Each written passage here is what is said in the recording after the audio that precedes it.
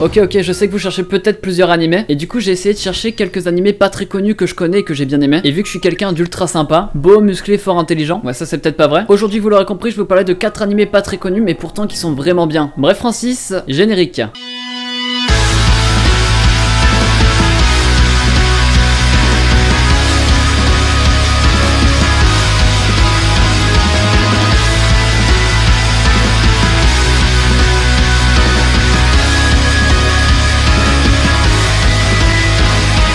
Hey salut à tous ces gens, c'est Rush Manga. Aujourd'hui on va parler de 4 animés qui sont pas très connus, donc je suis sûr et certain qu'il y en a au moins un des 4 que vous connaissez pas. Donc si t'as aimé la vidéo tu peux lâcher un petit like, ça me ferait super plaisir comme d'habitude. Et aussi concernant ma prochaine vidéo, petit indice, dites-moi pour vous quel est le meilleur shonen que vous avez vu. Donc voilà, je vais pas vous faire attendre plus longtemps. Je sais pas si vous avez remarqué mais il y a différents types d'animes. Oh je rigole. Il y a différents types de profs. Bouzou, shoujo, machiavélisme. Qui avant que je commence un harem shake. C'est un peu mal STV cette blague. Mais bref c'est un harem et pour les plus sceptiques d'entre vous, je peux vous dire que c'est l'un des rares harems que j'ai bien aimé. Ça nous parle d'une école où avant il y avait que des filles qui pouvaient la rejoindre. Sauf que ça a changé maintenant, les garçons peuvent aussi la rejoindre, mais le port d'armes est autorisé pour les filles. On va nous parler de Fudo Nomura, quelqu'un qui vient d'intégrer cette école. Il va être averti par les autres garçons d'oublier son côté masculin, etc. pour ne pas avoir de problème. Sauf que lui il va pas l'écouter, ce qu'il veut c'est être libre, du coup il va être à l'encontre de cette règle. Ça va être la cible privilégiée de Rin, une fille qui a le droit de porter une épée, qui contrôlait l'école, etc. pour redresser les hommes. C'est tout pour le petit résumé. Bon déjà la première chose qu'on voit quand on regarde cet animé, c'est ce jeu du rond. Bon du coup vous avez perdu je pense. C'est cet opening interprété par Hitomiku. Opening pas bien original et plutôt moyen, on va pas se le cacher. Dedans on y verra entre autres les personnages principaux, donc les filles qui ont le droit au port des épées, etc. et de la relation qu'ils pourraient avoir avec eux. Si je vous le conseille, c'est qu'il y a une raison sur cet animé. En vrai, c'est eux qui m'ont contacté pour vous le présenter. Ah mais c'était une petite boutade. C'est que celui-là est plutôt plaisant à regarder. Et j'ai passé vraiment un bon moment devant. Et ça, je pense que c'est grâce à la comédie qu'ils ont réussi à mettre en place. Déjà parce qu'en soi, l'histoire est insolite. Les filles qui ont le port d'armes dans une école parce qu'ils ont peur, parce qu'ils ont jamais connu les hommes, etc. Et en particulier le groupe qui ont le droit de redresser les hommes, mais aussi grâce au personnage principal, qui a une personnalité assez intéressante parce qu'il suit que lui. Il a été viré de son ancienne école parce qu'il avait créé une bagarre. Et là, du coup, on va voir que même pendant les combats contre les filles, sa personnalité est là pour donner une petite touche d'humour, une petite touche de ridicule. J'ai trouvé ça plutôt amusant. Autre point positif que je vais vous présenter, c'est qu'en ce moment les cristallines sont en réduction à Auchan. Pour le petit placement de produit, ça c'est fait. Je vais parler plutôt des combats. Bon, je me souviens plus le groupe des filles, mais genre c'est les plus fortes de l'école. Et vu que leur cible est le personnage principal, ils vont chercher à le battre. Sauf que lui est aussi très fort. Il utilise les arts martiaux un peu à la Akashic Record. Du coup, j'ai fortement bien aimé son style. Bref, c'est un anime de seulement 12 épisodes. Il est sorti en printemps 2017 et touche pour genre action, comédie, romance. Pour thème arts martiaux, combat, école et harem. Jacques a dit d'aller voir l'anime. Bon là, on va parler d'un anime plutôt complexe, même moi j'ai eu du mal à comprendre, mais clairement ça m'est égal parce que j'ai bien aimé et du coup je vais quand même vous le présenter. Kyosojiga est un anime fantasy juste waouh, l'ambiance est juste incroyable et ça je vais y revenir plus tard. Ça nous parle de quelqu'un du nom de Miaou, en vrai il s'appelle Miyu mais c'est pour la blague, qui pouvait donner vie à tout ce qu'il dessinait. Sauf qu'un jour le grand moine a décidé que ses dessins causaient beaucoup trop de problèmes, du coup lui et sa famille vont fuir dans un monde qui a été dessiné par Miyu. Sauf qu'un jour lui et sa femme vont disparaître et c'est ses 3 enfants qui vont devoir s'occuper de la ville, mais tout va changer quand une jeune fille du nom de Koto va s'écraser dessus avec un gros marteau. Elle cherche un lapin et Miyu pour pouvoir rentrer chez lui parce qu'à mon avis ça doit être la clé. Donc en gros il cherche à fuir ce monde. Bon, si vous avez compris, c'est vraiment que vous êtes des génies. Parce que même ceux qui ont fait l'anime, ils ont tellement pas compris qu'ils ont fait 2 épisodes récapitulatifs. Mais alors pourquoi je vous le présente si c'est si compliqué que ça? En vrai, on m'a menacé, vous pouvez pas venir m'aider? Ouais, yo Francis, ça va ou quoi? Cet anime est juste magnifique parce que j'ai trouvé que c'était juste une poésie en fait. Et le fait qu'il soit complexe, ça donne un truc en plus à l'anime, je trouve. Parce que ça nous parle de plusieurs mondes différents. Mais au final, ils sont tous regroupés sur cette ville qui est Kyoto. Et le début va nous permettre de comprendre comment eux ils sont arrivés là. Du coup, on va suivre la vie de chaque personnage qui, malgré qu'ils viennent pas du même endroit, ont tous un point commun. Mais ça, je vais pas vous le dire parce que ça vous spoil. Pour en revenir à ce que j'ai dit, le côté Slice of Leaf est plutôt intéressant et plutôt original, malgré qu'on peut peut-être avoir du mal à s'attacher au chara design, au décor, etc. Parce que je vais pas dire qu'ils sont nuls, mais ils sont plutôt différents. Un peu comme Francis quoi. Un Francis t'es différent. J'ai peut-être eu du mal à m'attacher au côté science-fiction, parce qu'au début je pensais que c'était juste le mec qui pouvait dessiner et mettre des trucs en réalité, etc.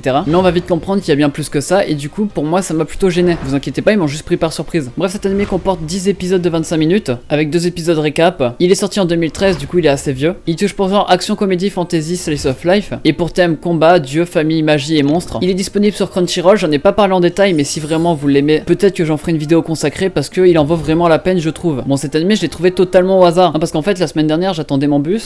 Alors oui, cet animé, Ungo, c'est un animé enquête qui fait plaisir à regarder. Ça nous parle du détective Shinichiro machin. Ouais, tu peux changer de nom, s'il te plaît. Et merci, qui est connu par la plupart des gens comme le détective vaincu ou un truc du genre. C'est quelqu'un qui résout les mystères dans Tokyo, quelqu'un de très intelligent qui va réussir à trouver plein de mystères, plein de coupables, etc. mais son partenaire du nom de Inga qui va l'aider est quelqu'un de plutôt mystérieux, plutôt sinistre qu'on va apprendre davantage sur lui au cours de l'histoire. En soi c'est vrai que c'est un animé mystère etc, enquête, plutôt banal. Du coup je vais pas vous dire que cet animé est plutôt excellent, mais il est quand même bien. Les enquêtes sont plutôt intéressantes et plutôt intrigantes, sauf que des fois on arrive à savoir qui est le meurtrier assez rapidement. Du coup le moment où il présente le meurtrier alors que toi t'avais déjà trouvé, ça c'est chiant. Non pas parce que c'est mal tourné, mais juste que ça te paraissait tellement évident que ça en devient tout de suite plus ennuyant. J'ai bien aimé le personnage principal, quelqu'un de plutôt calme qui est là plutôt par hasard. J'ai l'impression il est plutôt mystérieux, mais pourtant il arrive quand même à déduire certains trucs qui m'impressionnent. Comme pour l'animé d'avant, je préfère vous prévenir, il y a aussi des trucs surnaturels dans cet animé. Et ça vous allez le voir dès l'épisode 2. En fait t'as Spider-Man qui arrive par le ciel, mais du coup préparez-vous, c'est pas une copie du monde réel. Il comporte 11 épisodes de 24 minutes chacun, sortis en 2011. Il touche pour genre drame fantastique, mystère psychologique, surnaturel, pour thème détective politique et post-apocalyptique. Notez-le quelque part parce qu'il en vole des tours. Lui je pense que c'est le plus connu des trois, du coup je vais en parler vite fait. Darker Than Black. Ça nous parle dans un monde où il y a un champ de force qui apparaît autour de Tokyo. Et grâce à ça il y a des gens qui ont été dotés de pouvoirs surnaturels. On les appelle les contractors, les pactisans, je sais pas trop. Et du coup il y a une section dans la police qui est fait exprès pour effacer la mémoire d'habitants qui rentrent en contact avec. Et eux veulent retrouver une personne pour lui effacer la mémoire car elle a fait une thèse sur la porte, donc le champ de force. C'est là que le personnage principal rentre en compte qu'il a pour la protéger des contracteurs et pour la police. Sauf que lui on sait pas ce qu'il a, il est énervé contre eux. Avant toute chose je tiens à dire que mon premier aperçu dessus j'ai trouvé que c'était lent et je comprenais pas l'histoire des pactisans etc. Du coup j'avais fait une pause à l'époque, mais continuez si vous avez pas compris. Et du coup ce personnage principal qu'on va appeler Lee, c'est un personnage intéressant parce que pour la plupart des gens il est considéré comme méchant. Quand je parle de la plupart du gens, je parle de toi, plus moi, plus tous ceux qui le veulent. Non bien sûr je rigole, je parle du point de vue des personnages dans l'anime. Parce que nous on apprend vite fait que le personnage qui est considéré comme un méchant pour beaucoup, c'est en fait le mec le plus sympa du monde. Surtout j'ai trouvé intéressant que tous ceux qui utilisaient leur pouvoir avaient un prix à payer. Et en plus de ça les combats étaient plutôt dynamiques et plutôt bien mis en place. Et je vais pas y venir en détail parce que vous le connaissez sûrement, mais j'étais obligé de le caser dans une vidéo. C'est un anime qui comporte 25 épisodes de 24 minutes en tout cas pour la saison 1. Il y a bien sûr une suite, la saison 1 est sortie en 2007. Il touche pour genre action, aventure, drame, mystère psychologique. Et pour thème assassinat, combat, crime, police et super pouvoir. C'est celui des 4 le plus connu que je vous ai présenté, mais je tenais quand même à vous en parler parce qu'il est quand même assez vieux. Donc dans le doute, abonnez-vous genre. Voilà c'était tout pour cette vidéo, je vais parler de 4 animés pas très connus, en tout cas un qui est plutôt connu. Si t'as aimé la vidéo tu peux lâcher un petit like, ça me ferait super plaisir comme d'habitude. Et dis-moi pour toi quel est le meilleur shonen, c'est pour une prochaine vidéo. Et moi je te dis à la semaine prochaine, c'était Rush Manga. Et attends comment on coupe déjà? Ah oui c'est vrai, ciao bye bye.